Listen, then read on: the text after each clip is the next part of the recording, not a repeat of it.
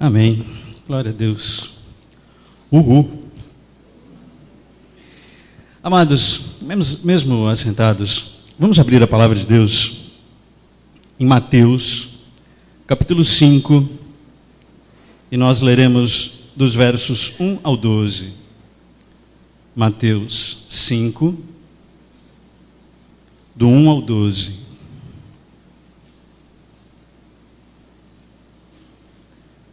Diz assim a palavra de Deus.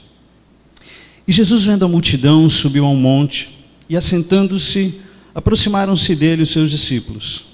E abrindo a sua boca, os ensinava, dizendo: Bem-aventurados os pobres de espírito, porque deles é o reino dos céus. Bem-aventurados os que choram, porque eles serão consolados. Bem-aventurados os mansos, porque eles herdarão a terra. Bem-aventurados os que têm fome e sede de justiça, porque eles serão fartos. Bem-aventurados os misericordiosos, porque eles alcançarão misericórdia. Bem-aventurados os limpos de coração, porque eles verão a Deus. Bem-aventurados os pacificadores, porque eles serão chamados filhos de Deus. Bem-aventurados os que sofrem perseguição por causa da justiça, porque deles é o reino dos céus. Bem-aventurados sois vós, quando vos injuriarem e perseguirem e, mentindo, disserem todo o mal contra vós por minha causa. Exultai e alegrai-vos, porque é grande o vosso galardão nos céus, porque assim perseguiram os profetas que foram antes de vós. Vamos orar mais uma vez? Pai, muito obrigado, Senhor. Obrigado porque as tuas misericórdias são infinitas, Senhor, e a tua graça é maravilhosamente transformadora nas nossas vidas. Muito obrigado por este momento, pelo privilégio de ler a tua palavra. E eu quero clamar que nesse instante o Senhor fale aos nossos corações. Pai, usa a minha vida, tão pequena, tão falha, Senhor, mas como disse o Danielzinho agora há pouco, que o Senhor me use, não por mim, não para nós, mas para a honra e glória do teu nome. Que a tua palavra chegue viva, eficaz, transformadora nas nossas vidas esta noite. E muito obrigado, Senhor, em nome de Jesus. Amém e amém. Eu achei muito interessante, eu vinha a pé para a igreja, agora há pouco, e eu vinha com o Danielzinho, meu filho, e aí eu comecei a falar para ele algumas coisas do sermão, e ele perguntou: pai, como é que você faz, como é que é, assim, assado? Eu fui explicando algumas coisas para ele, né? Até muito mais técnicas do que a idade dele permite, mas eu fui falando, e aí ele virou para mim e falou assim: pai, deixa Deus te usar. Aí eu falei: glória a Deus. Aí eu falei assim: filhos, tem uma pessoa que fala isso para mim, que é o Henrique. Ele sempre fala: deixa Deus te usar. Então que Deus nos use esta noite, né, para a honra e glória dele. Amém. Mas eu queria compartilhar com vocês uma história que eu vi há pouco tempo atrás, eu recebi há pouco tempo atrás, talvez vocês tenham recebido também, nos grupos de WhatsApp aí da vida, de um americano chamado Coronel Sanders. Se você não viu, Tiago, pode jogar a imagem lá para mim, por favor? Não tem pressa não, eu vou falando aqui. Esse homem, aos 5 anos de idade, o pai dele morreu. Aos 16, ele abandonou a escola. Aos 17, ele já tinha perdido 4 empregos. Aos 18 anos, ele casou. Aos 20, a mulher deixou dele. Aí ele foi trabalhar num café como cozinheiro e convenceu a mulher a voltar a morar com ele. E a vida passou, e aos 65 anos de idade ele se aposentou. E o benefício dele, a aposentadoria dele, era de mais ou menos uns $105, uns 300 e poucos reais aí. E ele ficou indignado com aquilo, ele ficou incomodado, como é que ele ia conseguir sobreviver com aquele valor. E na tristeza, na depressão, ele resolveu se suicidar. Só que ele falou assim: eu vou escrever uma carta do porquê que eu estou fazendo isso. E quando ele foi escrever essa carta, ele pensou: puxa, o que poderia ter sido a minha vida? E ele começou a escrever o que poderia ter sido a vida dele. E ali, naquele momento, houve uma mudança de atitude. Sem que ele percebesse, ele mudou a sua atitude. E ele fazia frangos fritos, pedaços de frango, né? numa receita dele lá, específica.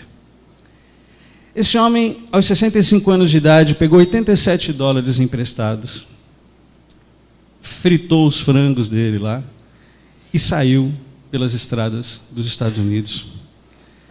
Dormindo, dirigindo, vivendo no carro dele, passando de restaurante em restaurante, vendendo, tentando vender a sua franquia, a KFC. E aos 88 anos de idade, esse homem ficou bilionário. Aos 88 anos de idade, esse homem ficou bilionário. Essa franquia tem cerca de 60 países, mais ou menos. E esse homem mudou a sua história com uma pequena atitude. E dentre as muitas lições que a gente poderia tirar dessa simples história, eu posso dizer que uma atitude pode mudar a minha vida. Uma pequena atitude pode mudar a minha vida. E é esse o tema que a gente queria falar hoje. Mudando a minha história, mudando a sua história. Não é mudando a história, não se trata de um estado de espírito somente. Não é aquela coisa de, não, eu acredito, né? Eu quero ir um pouco além disso. Muito menos tem a ver com aquele movimento nada bíblico de confissão positiva, de que você fala e vai acontecer, de que você... Não é nada disso. Não vou nem entrar no tema. Nem tampouco a ideia de eu vou sempre triunfar, eu vou sempre vencer, né? A ideia de que Deus tem a obrigação de me abençoar, de me fazer um vencedor. Na verdade, Deus não tem essa obrigação. Até as suas promessas, Deus cumpre nas nossas vidas por amor. É uma outra história. O que eu queria falar é de um desejo de quem eu e você, de que somos verdadeiramente discípulos do Senhor, de querer demonstrar na nossa vida a vida de Jesus. Se trata da escolha de ter uma atitude diferente nas nossas vidas e viver do modo que Jesus quer que eu viva. Muito além do meu querer, da forma em que Jesus quer que eu viva. Se trata da ideia de que, quando Deus tem mais de mim, Ele muda a minha história. A gente acha ao contrário, que quando eu tenho mais coisas, é que Deus está mudando a minha história.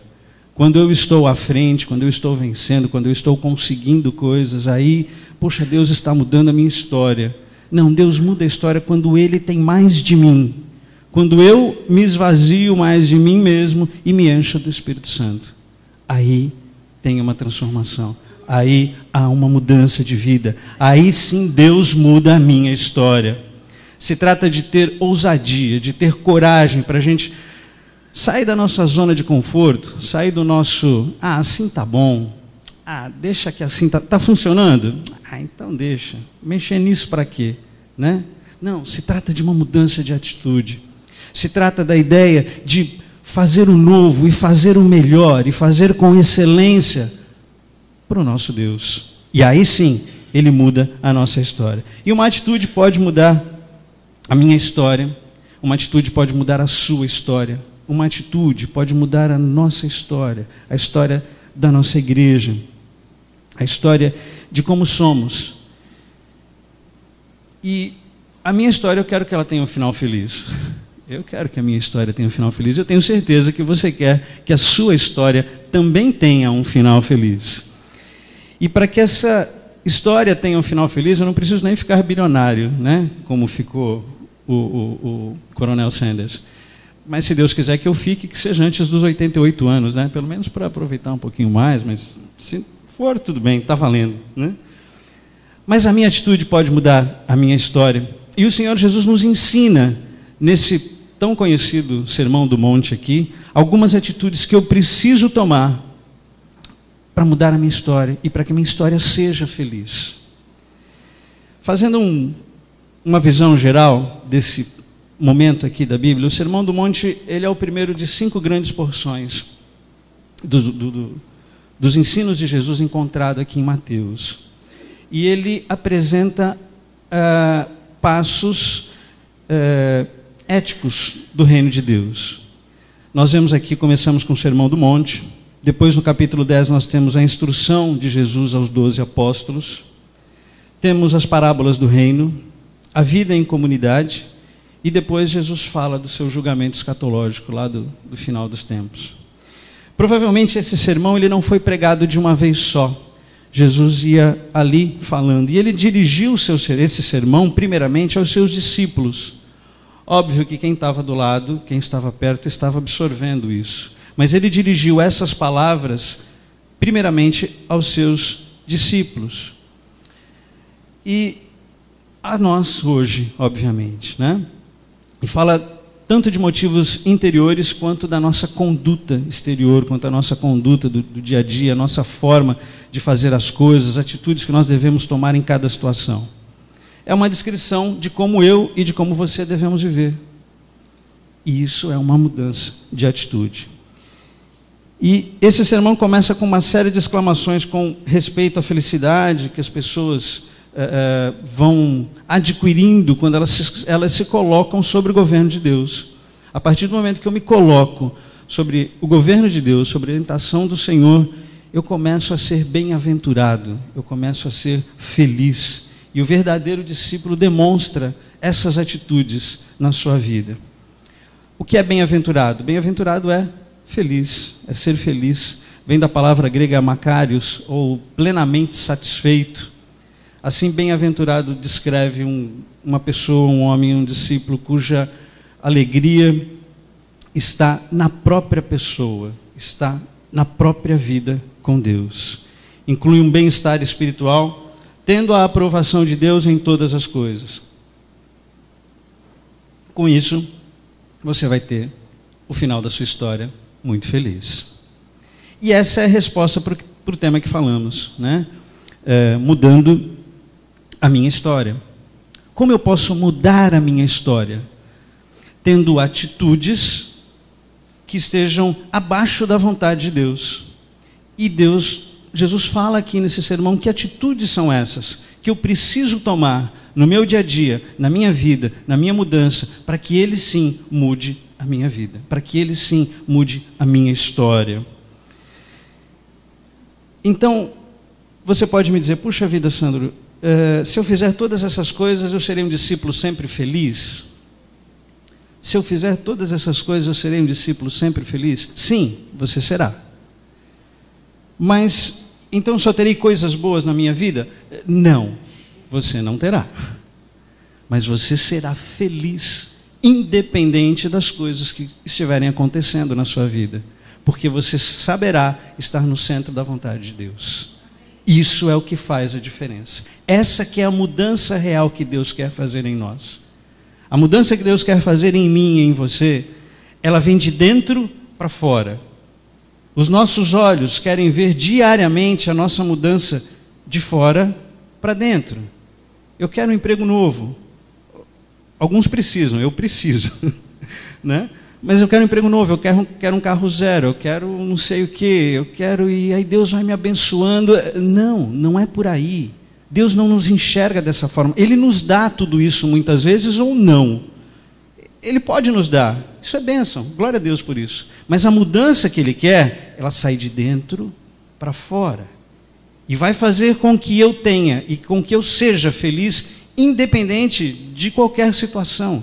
Independente do momento em que eu esteja vivendo, independente da situação em que eu esteja passando. O nosso desafio é tomar atitudes que possam mudar a nossa história e nos fazer viver felizes em qualquer situação. Paulo fala isso lá em Filipenses. Só que o mundo nos mostra uma felicidade diferente da de Deus. O mundo diz que a felicidade é passageira, né? Deus diz que ela é eterna. Nós, passageiros, nós estamos aqui de passagem, né? O nosso tempo aqui que é passageiro, mas a nossa felicidade ela vai ser eterna. O mundo diz que a felicidade depende das circunstâncias. Deus diz que ela não depende das circunstâncias, ela depende dele. A felicidade para o mundo ela é egoísta, para Deus ela é santa, ela é compartilhada com todos. A felicidade no mundo visa a nossa satisfação imediata. É o agora, é o que eu quero, é o que eu preciso, é o que eu acho que eu preciso, é o que eu estou querendo, porque... E Deus diz que a felicidade visa o nosso bem acima de todas as coisas. E Jesus se assenta no Sermão do Monte, a fim de ensinar e assume uma posição de autoridade. E eu estava estudando e eu achei interessante, né? Porque nas sinagogas os rabinos eles sentavam para ensinar e ali era uma posição de autoridade, né? Isso é muito interessante. Então Jesus se assenta e ele começa a ensinar algumas coisas para a gente. E ele nos ensina algumas atitudes que devemos tomar para mudar a nossa história. Mudando a minha história, para isso eu preciso tomar a atitude de, primeiro, ser pobre de espírito. Verso 3. Bem-aventurado os humildes de espírito, porque deles é o reino dos céus. Talvez a sua versão esteja humildes, talvez a sua versão esteja pobres de espírito, mas a tradução aqui para a palavra grega é pobre. Mas não é pobre apenas sem dinheiro, não é aquele pobre coitadinho, não, é dependente. A ideia no original aqui é dependente. Alguém que precisa do favor de outros para sobreviver. A pobreza de espírito, ela é uma disposição da minha alma de que eu me esvazio de mim mesmo para ser cheio de Jesus. É a disposição de que eu dependo de Deus em todos os momentos, para todas as coisas. Portanto, a minha primeira atitude para mudar a minha história é reconhecer que eu sou pobre espiritualmente. Ou seja, eu sou dependente de Deus em tudo. Eu preciso entender que eu dependo de Deus em todos os momentos. Das mínimas coisas às maiores, em todos os instantes. Né? Jesus nos ensinou na oração do Pai Nosso. Ele disse que o pão provém de Deus, o perdão provém de Deus, a proteção contra as tentações provém de Deus. Depender de Deus em tudo, em todo o momento, realmente muda a minha história. Na última vez que preguei aqui, eu falei de andar no carrinho. Eu não sei quantos lembram daquele camarada que está atravessando o cabo de aço, lá em cima entre dois prédios, e você ficar no carrinho e deixar Deus levar. Isso é ser dependente. Isso vai mudar a minha história. Quando eu entender que eu preciso... Mudou alguma coisa aqui? Sumiu, voltou. Desculpe. Quando eu entender que eu dependo de Deus exclusivamente, isso muda a minha história. Porque muda o meu interior. Tudo aquilo que eu fizer, eu vou entender que eu dependo do Senhor. Eu farei o meu melhor sempre, mas na dependência do Senhor. Segundo ponto, mudando a minha história, eu tenho que tomar a atitude de chorar. O verso 4 diz: bem-aventurados os que choram, porque serão consolados. Caramba, mas como é que eu posso mudar a minha história chorando, né? A gente já cresce com aquela coisa: menino, não chora, para de chorar, vai, levanta aí e vai fazer alguma coisa. Como é que eu posso mudar a minha história chorando? Se eu enxergar pela minha ótica, eu vou achar isso muito complicado. Mas pela ótica de Deus, não.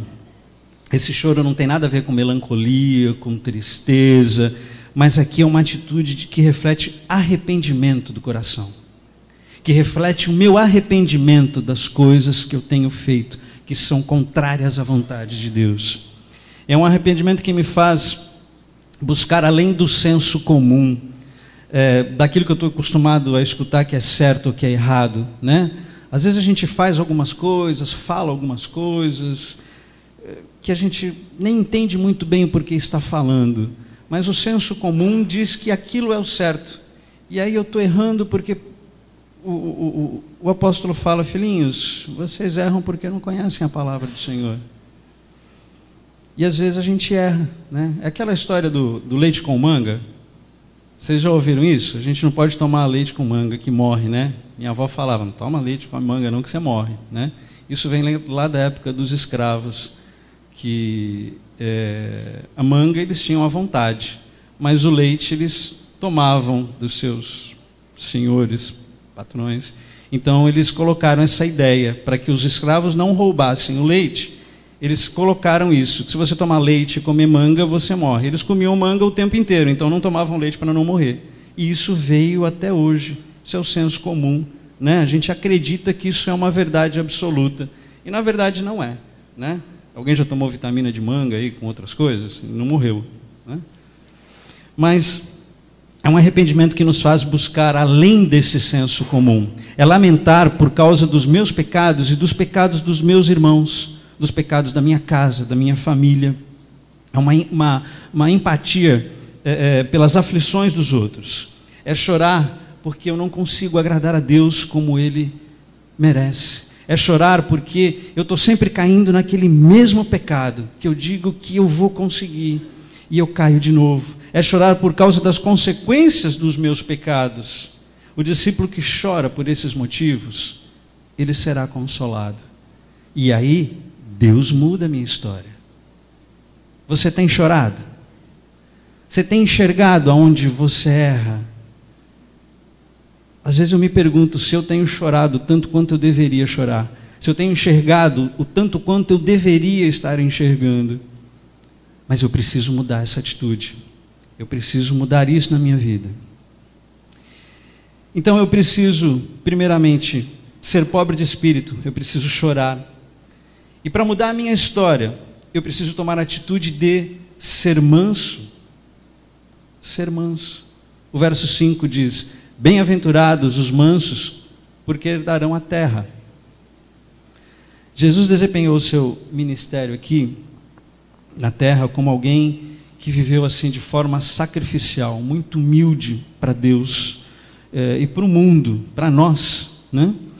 E essa mansidão, essa humildade que Jesus requer de nós. Ser manso aqui não tem nada a ver com bater ou não bater em alguém, brigar ou não brigar, gritar ou não gritar. Não é essa a ideia, não é nada disso. A mansidão aqui não é o resultado do meu esforço humano, mas é o fruto do Espírito Santo, como Paulo fala lá em Gálatas, na minha vida. Ser manso aqui quer dizer abrir mão de alguma coisa, deixar um direito meu, um direito seu em favor de alguém, em favor de uma amizade, em favor de um carinho. Preferir o seu irmão em honra, como diz Paulo, demonstrar amor sacrificial em qualquer situação. Ser manso significa cumprir o propósito de Deus e ser gentil com todas as pessoas, em todo e qualquer momento, em toda e qualquer situação. É tolerar as provocações, é tolerar as situações que o mundo nos coloca e não ficar inflamado por elas. Sabe? Aquela coisa boba que a gente vê na TV, um torcedor matando o outro, simplesmente porque falou mal do seu time, porque brincou, tirou sarro. Não tem cabimento essas coisas. Ser manso é ficar em silêncio ou reagir com uma palavra branda. Provérbios 15:1 fala isso, né? Que a palavra dura suscita a ira e a palavra branda desvia o furor. Ser manso é isso. É você estar cheio de raiva porque a sua mulher veio, brigou, bateu, fez não sei o quê, e você, em vez de gritar, você fala de uma forma mansa. Você fala tranquilo. Não é fácil, né? A vontade é logo de sair com uma voadora santa, né? Um soco gospel ou alguma coisa do gênero, mas eu preciso ser manso, né? Quem toma essa atitude realmente muda a sua história. Quando você é manso, você realmente muda a sua história. Mas hoje em dia, isso é muito difícil, porque não é só nesse ato mais grave do bater, do brigar, mas são nas pequenas coisas. O nosso individualismo, ele tem crescido de uma forma muito grande, né? O interesse próprio em qualquer situação, ele tem tomado conta da vida da gente. E eu vou dizer uma coisa, meus irmãos, ele tem tomado conta da vida da igreja. Muitas vezes o meu interesse pessoal, o meu interesse particular, ele tem tomado conta da vida da igreja. Eu venho, eu faço porque eu quero algo, e não pelo bem da igreja, e não pelo bem daquilo que nós vivemos, em preferir o meu irmão em honra. Infelizmente, me perdoem, mas isso é algo que está no meio das nossas igrejas, e não só das nossas igrejas, mas da nossa igreja como um geral. E quando eu estava escrevendo isso daqui, eu falei assim, puxa Deus, eu tenho que falar isso? E eu senti fala. Então, se Deus mandou, a gente fala. E se isso está no meio da nossa igreja, está. Nós somos homens, somos falhos, somos pecadores, todos nós. E eu preciso mudar a minha atitude. Infelizmente, nós esquecemos, hoje nós esquecemos do nosso irmão e acabamos julgando. Mateus fala lá, em Mateus 7:1, fala que nós não devemos julgar. Eu não vou entrar nesse mérito, algumas coisas nós devemos julgar sim, e Mateus fala isso logo em seguida no próprio texto. Mas esquecemos que não podemos julgar os outros por suas faltas ou pelas suas características diferentes das nossas. Eu julgo o outro porque ele não é igual a mim. Eu não enxergo o outro pela ótica de Deus, eu enxergo pela minha ótica. Então, por exemplo, mas o fulano não é legal, ele não anda de bicicleta, então não é um cara muito legal. Não, o fulano não gosta do mesmo time que o meu, não, tem alguma coisa errada com esse camarada, né? Pô, o cara vai surfar em vez de andar de bicicleta, tem alguma coisa errada ali. Só que ele pensa a mesma coisa. Pô, ele vai andar de bicicleta e não vai surfar? Tem algo estranho. Agora, se eu entendo e enxergo pela ótica de Deus, eu valorizo o meu irmão por aquilo que ele é. Eu valorizo por aquilo que ele tem, né? E isso é que é o mais importante. Infelizmente, eu julgo a espiritualidade do meu irmão que está do meu lado. Se ele pula demais, não, ele é santo. Se ele ora gritando, essa oração é poderosa. Se ele levanta as mãos, se ele fala em línguas, o cara é de Deus. Eu julgo pelo que eu vejo e por aquilo que eu acho que é o certo, e não por aquilo que Deus vê. Eu preciso mudar essa atitude. Quando eu começo a enxergar o meu irmão pela ótica de Deus, a valorizá-lo pelo que ele é, pelo que ele faz, independente do que seja, aí eu consigo mudar de atitude, aí eu consigo ser manso, porque eu compreendo quem está do meu lado, eu compreendo, entendo quem está ali do meu lado. Queremos sempre que os outros façam aquilo que nós fazemos. E hoje nós deixamos de lado alguém que é diferente, que tem características diferentes que nós não temos, especialmente se essas características nos fazem sair da nossa zona de conforto, nos fazem ter que mudar, nos fazem ter que aprender, nos fazem ficar com medo de perder o nosso cargo, a nossa posição, a nossa influência, a nossa seja lá o que for, né? Se chega alguém falando para você algo que você não entende, você não procura aprender, você muda de assunto. Você muda de pessoa, né? Deixa como está que é melhor. Não. Amados, uma das coisas mais belas que Deus faz conosco é que nessa diversidade de pessoas, de pensamentos, de jeitos, de estilo, Ele nos faz um só. Ele nos faz um corpo. Ele nos faz uma família. Somos membros do mesmo corpo. Na diversidade, Ele transforma a cada um de nós numa unidade. Somos um só. E a obra, ela não é nossa. A igreja, ela não é nossa. Ela é do Senhor. O louvor é para Ele. A glória é para Ele. E eu devo ser manso. Preferir meu irmão em honra. Ser humilde o suficiente para aprender com os meus irmãos em amor e em sinceridade. Isso pode não ser tão fácil. Dobrar a cerviz não é tão fácil, mas eu tenho que tomar essa atitude, se eu realmente quiser que Deus mude a minha história, se eu realmente quiser que Deus mude a nossa história e a nossa igreja. E mudando a minha história, para isso eu tenho que tomar a atitude de, verso 6, ter um desejo ardente de justiça. Bem-aventurados os que têm fome e sede de justiça, porque serão fartos. Você já experimentou ficar muito tempo sem beber água? Aqui a gente vai bebendo água porque a garganta vai ficando seca do nervoso e a gente vai bebendo água, não é sede, né?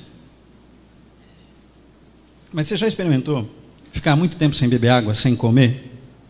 Eu não estou falando do seu momento de jejum, não, ali é algo diferente, né? Algo espiritual. Estou falando de você ficar sem beber e sem comer durante um tempo, por qualquer situação. Geralmente a gente não fica, né? Mas se às vezes você passa um dia inteiro sem comer, você chega de noite em casa e você fala, meu, que fome, eu estou como um boi, né? Mesmo que seja de papelão, eu como um boi. No mínimo, você chega desesperado para matar sua fome, para matar sua sede. E esse desespero é o sentimento que Deus coloca aqui, para que o verdadeiro discípulo tenha com relação à justiça de Deus. É esse desespero, essa agonia, essa ansiedade, essa necessidade que Deus quer que nós tenhamos com relação à justiça de Deus. Passar fome e sede, para nós pode ser mais difícil, mas aquele povo que estava ouvindo Jesus falar, eles sabiam muito melhor do que nós o que era passar fome e o que era sentir sede. Né? No nosso contexto, você lê aqui, você fala, legal, passar fome, passar sede não é tão difícil assim. Naquela época, entendendo o que Jesus estava falando para essas pessoas, eles entendiam muito melhor o que era passar fome e o que era passar sede. E, portanto, eles entendiam muito melhor esse desejo ardente da justiça de Deus. Desejar ardentemente essa justiça é a capacidade de viver em conformidade com a vontade de Deus. É querer viver de uma maneira justa, assim como Cristo vive. Você já foi injustiçado? Em algum momento da sua vida você já foi injustiçado? Você já passou em algum lugar? Você já entrou na igreja e você, ou em qualquer outro lugar, e você percebeu sussurros, e que aqueles sussurros se dirigiam à sua pessoa, e você fala, puxa, que chato. Você já foi injustiçado até mesmo por alguns irmãos, por gente perto de você? Você fala, caramba, isso dói. E é lógico, dói muito mais para quem é perto da gente, né? Para quem está perto da gente, do que para quem está longe. Jesus também foi. E mesmo assim, ele continuou vivendo em conformidade com a vontade de Deus. Ele foi muito mais injustiçado do que qualquer um de nós. E mesmo assim, ele continuou em conformidade com a vontade do Pai. E tomar a atitude de viver retamente a vontade de Deus, em qualquer situação, vai mudar a minha e vai mudar a sua história. O que é viver retamente na vontade de Deus? Primeiro eu preciso entender e conhecer qual é a vontade de Deus. E aí sim eu vou viver aquilo que Ele fala. O manual do fabricante é esse aqui. Ele tem resposta para todas as situações que você vai viver, para todos os sentimentos que você vai passar. E é aqui que você vai entender qual é a vontade de Deus e vai cumpri-la. Parece fácil, mas não é fácil. Muito pelo contrário, é muito difícil, porque a nossa natureza, ela vai em sentido contrário à vontade de Deus. A minha vontade natural, ela vai em sentido contrário à vontade natural de Deus. Mas eu preciso ter e tomar essa atitude na minha vida para mudar a minha história. E mudando a minha história, eu tenho que tomar a atitude de ser misericordioso. O verso 7. Bem-aventurados os misericordiosos, porque alcançarão misericórdia. Isto é, cheios de compaixão. O termo grego aqui, ele diz assim, uma expressão de bondade ou de amor constante, de amor persistente. Significa que você não consegue, você não aguenta ver alguém passando miséria ou qualquer necessidade, que você vai fazer algo. É o além do falar assim, você quer alguma coisa? Quer que eu te ajude? Não, é você ir lá e ajudar. É você ir lá e fazer. Você sabe qual é a diferença entre misericórdia e dó? Dó é só um sentimento. Né? Aquele vídeo antigo, que dó da formiguinha, aqueles menininhos, não sei quantos viram. Dó é um sentimento. Puxa, que dó. Aconteceu isso com você, meu irmão? Caramba, que dó. Que pena, né? Misericórdia é uma ação, é uma atitude, é um ato de realizar o que está ao nosso alcance para ajudar o nosso próximo. É você ir lá e fazer, isso é ser misericordioso. Há um tempo atrás aconteceu uma coisa que eu achei muito interessante, guardada as devidas proporções, evidentemente. Alguns vão entender o que eu vou falar, mas eu estava andando de bicicleta com os amigos e numa subida tal minha corrente quebrou. Quebrou, normal. no dia seguinte um amigo foi lá e falou assim, olha, eu já encomendei a sua corrente. Eu falei, pô, cara, mas não, espera aí que daqui a pouco está chegando. Isso é atitude. Isso é amor de Deus. Né? Pô, você quer alguma coisa? Você precisa de alguma coisa? Deus fala assim, que eu preciso ir além. Eu tenho que ir lá e eu tenho que fazer a diferença. Isso é tomar uma atitude. Lembram da passagem do bom samaritano? Se eu não me engano, acho que foi o Nando quem pregou um tempo atrás sobre o bom samaritano. A gente até trocou algumas ideias, né? Ele foi lá e fez. Você não precisa perguntar, você vai lá e faz. Essa é uma atitude que o Senhor requer de mim. E quando eu tenho essa atitude na minha vida, isso muda a minha história. Deus muda a minha história. E mudando a minha história, para isso eu tenho que tomar a atitude de ter pureza de coração. O verso 8. Bem-aventurados os limpos de coração, porque verão a Deus. Eu preciso ter a atitude de ter um coração limpo. O que é ter um coração limpo? É alguém que não maquina o mal.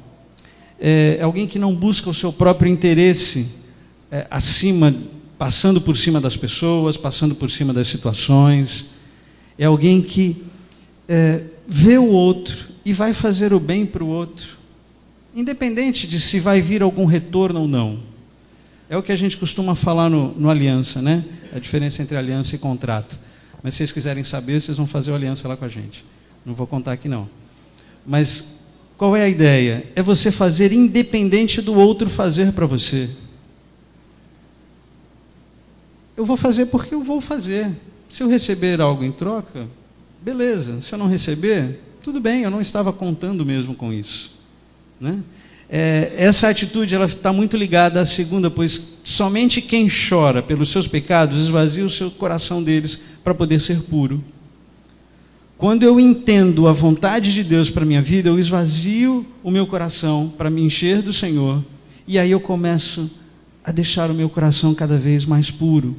Você pode falar em qualquer momento, questionar a Deus, duvidar daquilo que se convencionou como certo e como errado, e que você às vezes não encontra base na palavra de Deus. Você pode chegar e falar assim, Senhor, eu estou pensando isso, eu estou sentindo aquilo, isso está certo, está errado, isso traz pureza ao meu coração? Questiona a Deus, não há ninguém melhor para te responder, e Ele vai responder isso para você. Quando tomamos a atitude de ter pureza no nosso coração, e não esconder as nossas faltas de Deus, aí sim nós podemos realmente mudar a nossa história. Todos nós vamos errar, todos nós. A Bíblia diz isso, não há um que não peque.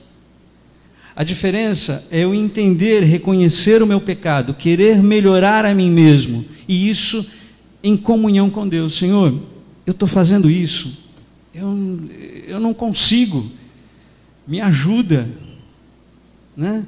Mas geralmente a gente fica com vergonha, a gente não fala, a gente se esconde. Isso não vem de nós, não, isso vem lá de Adão, lá atrás, né? Imagina Adão, falava com Deus ali o tempo inteiro, Deus o via o tempo inteiro, e aí ele se esconde de Deus. Quando Deus pergunta, Adão, o que aconteceu aí? E ele se esconde, né? E aí começa a dar as desculpas. Não, Senhor, a mulher que tu me destes, ela que me fez pecar. Então ele joga a culpa na Eva e depois joga a culpa em Deus, né? Eu não errei, eu fui um pobrezinho aqui nessa história. Nós nos escondemos, nós evitamos, mas a partir do momento que eu abro meu coração e falo, Senhor, está acontecendo isso, eu estou sentindo isso é o que o meu coração sente agora. Senhor, fala, muda, transforma, me ensina, me ajuda a entender a mim mesmo, e aí eu começo a mudar a minha história. Deus começa a mudar a minha história. Mudando a minha história, para isso eu preciso tomar a atitude de ser um pacificador.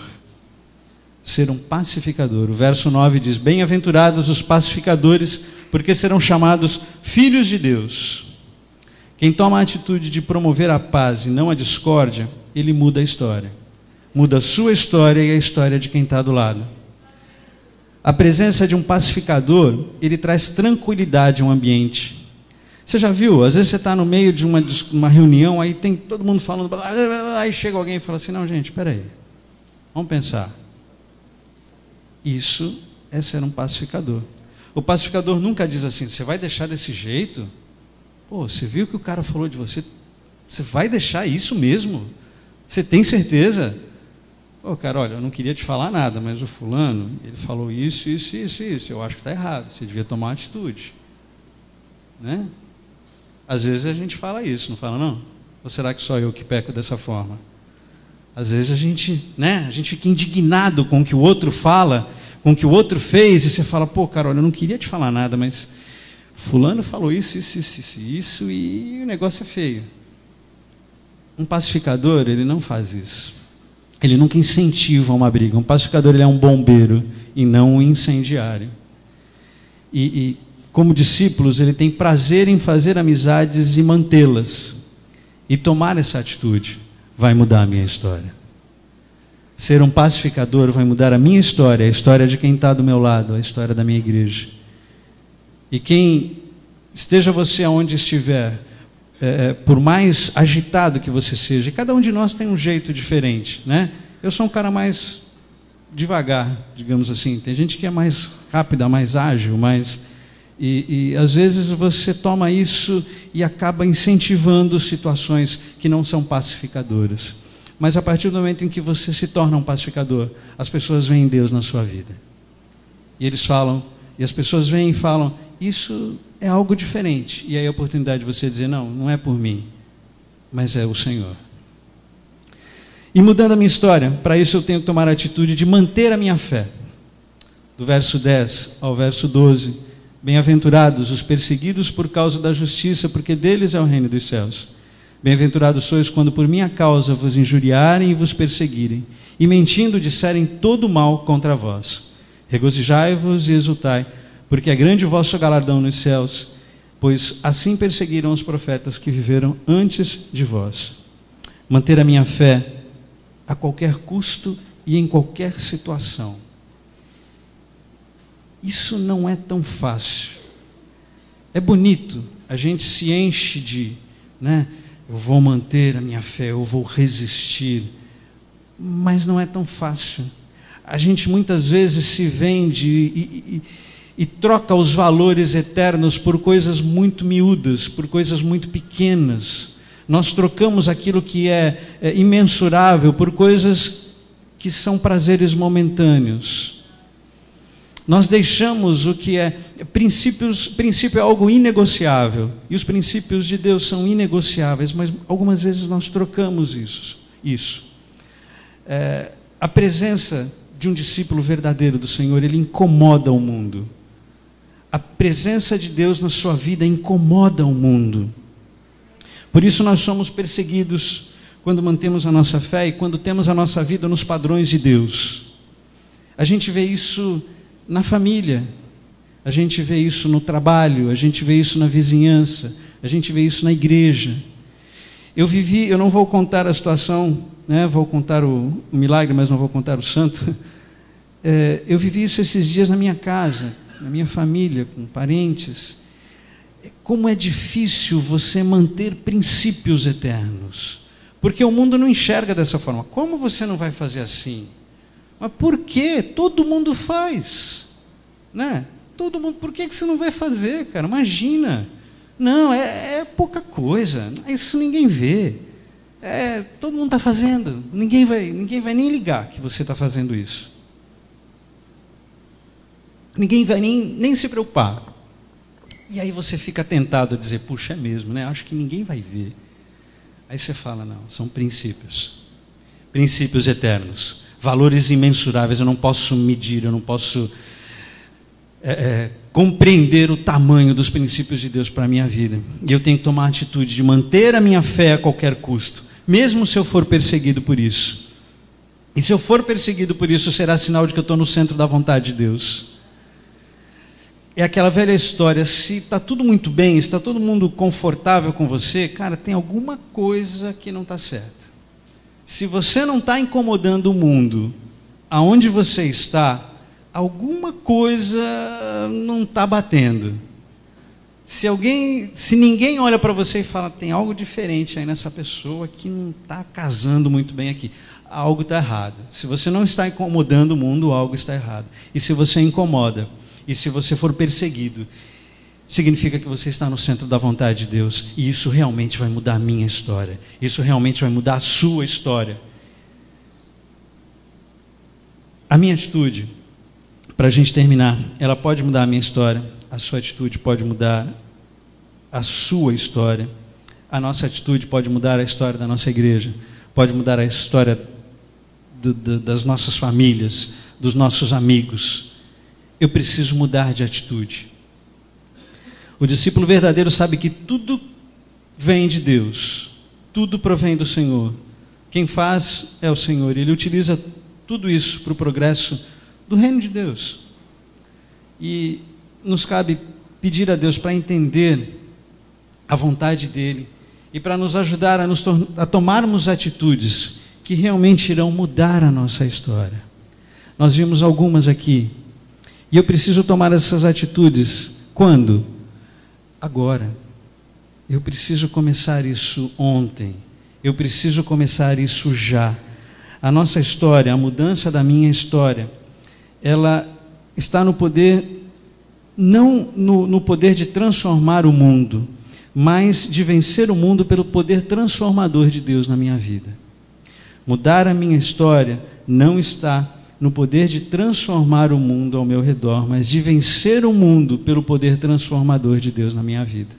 E quando eu cumpro a vontade de Deus, quando eu faço, quando eu decido mudar de atitude e seguir a vontade do Senhor, Ele muda a minha história. E Ele muda a história de quem está ao meu redor. E Ele mostra que toda essa mudança é para a honra e glória do nome dEle. Amém? Alguém quer mudar a sua história? Eu quero mudar a minha história. Eu quero mudar a minha história já. Eu quero mudar a minha história ontem. Eu quero mudar a minha história agora. E eu quero pedir que você fique em pé nesse momento. Vamos orar. Feche seus olhos. Abaixe sua cabeça.